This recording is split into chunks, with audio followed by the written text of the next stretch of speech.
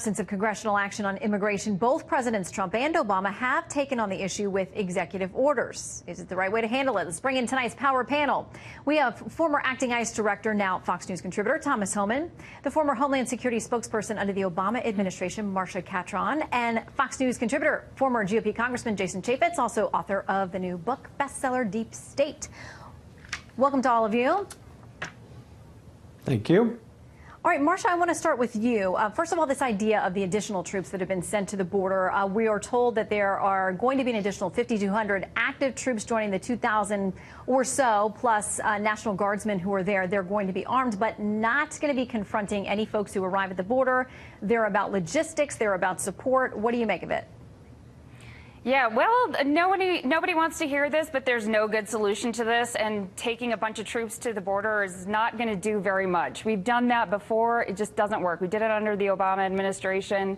Nothing is going to stop these people from coming unless you address the underlying issues, the push factors of why they're coming here in the first place, and they're literally running from hunger and death.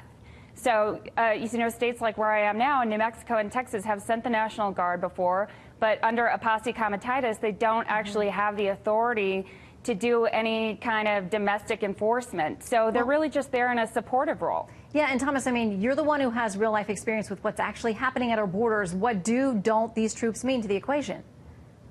Look, I think the troops are going to support the Border Patrol, right? The Border Patrol has a lot of assets tied up in logistics, moving food, moving medical supplies, moving personnel from one sector to another.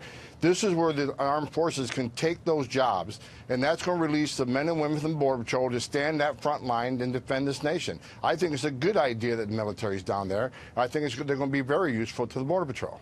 Well, and Jason, there are many people in the midst of this conversation, and we'll get to birthright citizenship, but talking about the many loopholes, the many magnets that are attracting people to this country, whether they're going to be able to stay or not.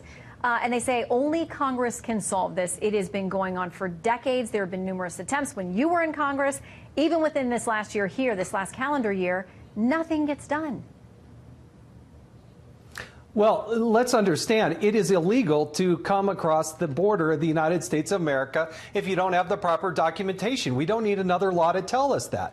And there is a good solution in that the Democrats should encourage this human trafficking. Let's call it what it is. It's human trafficking, and it's highly dangerous. You should not traverse yourself from Central America up to the United States of America. And the Democrats would do these people a lot of good if they'd say, you can't just come here if you want a job or you want to join your family. That doesn't meet the standard of credible fear. That's not how you get in with asylum. That's not the way it works. Well, and of course, the president today, whether it was something that the White House was planning to roll out or something that he decided to share during this interview, has now renewed this debate over whether or not birthright citizenship is the direct context and understanding of the 14th Amendment. That's certainly how it's been interpreted for more than 100 years in this country.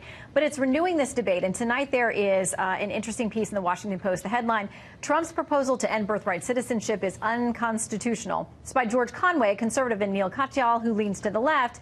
They write together saying such a move would be unconstitutional and would certainly be challenged. And the challengers would undoubtedly win.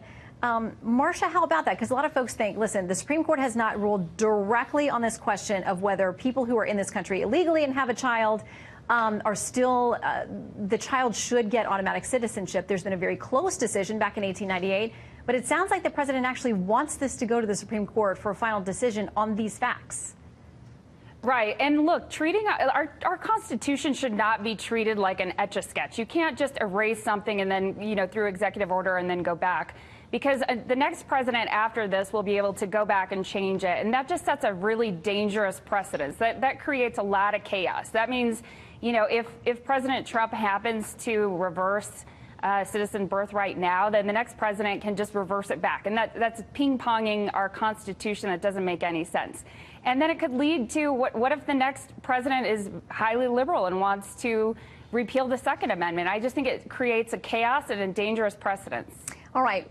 Interesting tweet by Buck Sexton, a frequent guest on this show. He says, quote, because the Constitution, he's saying that as a quote. He says, it's a remarkable argument from many of the same people who think gun rights only belong to a state militia. Free speech doesn't mean you can hurt anyone's feelings, and executive power means whatever Obama wanted it to mean. Thomas, where do you think this debate goes now? The bottom line is, right, if President Trump can do it, he should do it.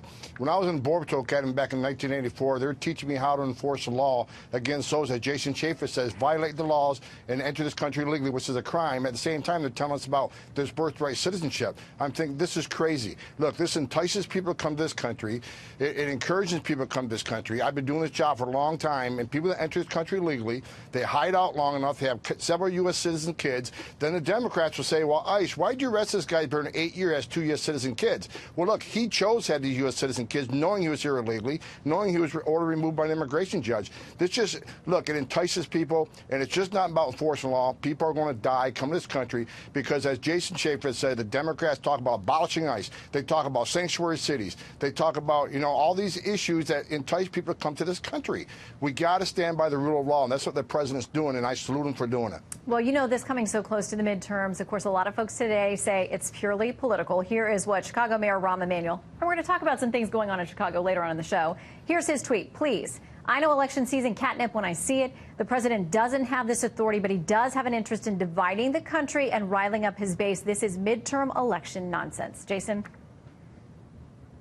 Well, Rahm Emanuel should spend more time trying to secure the people of Chicago with the gun deaths and violence that he has in his own city. As it relates to the caravans and this surge at the border, that was not the creation of Donald Trump. That was enticement of a lot of other things and reasons. And I think until we know really what is generating this surge to come up here, it's a combination, I think, of probably some enticements. But what is going on there? It is not necessarily credible fear. I recognize it's dangerous.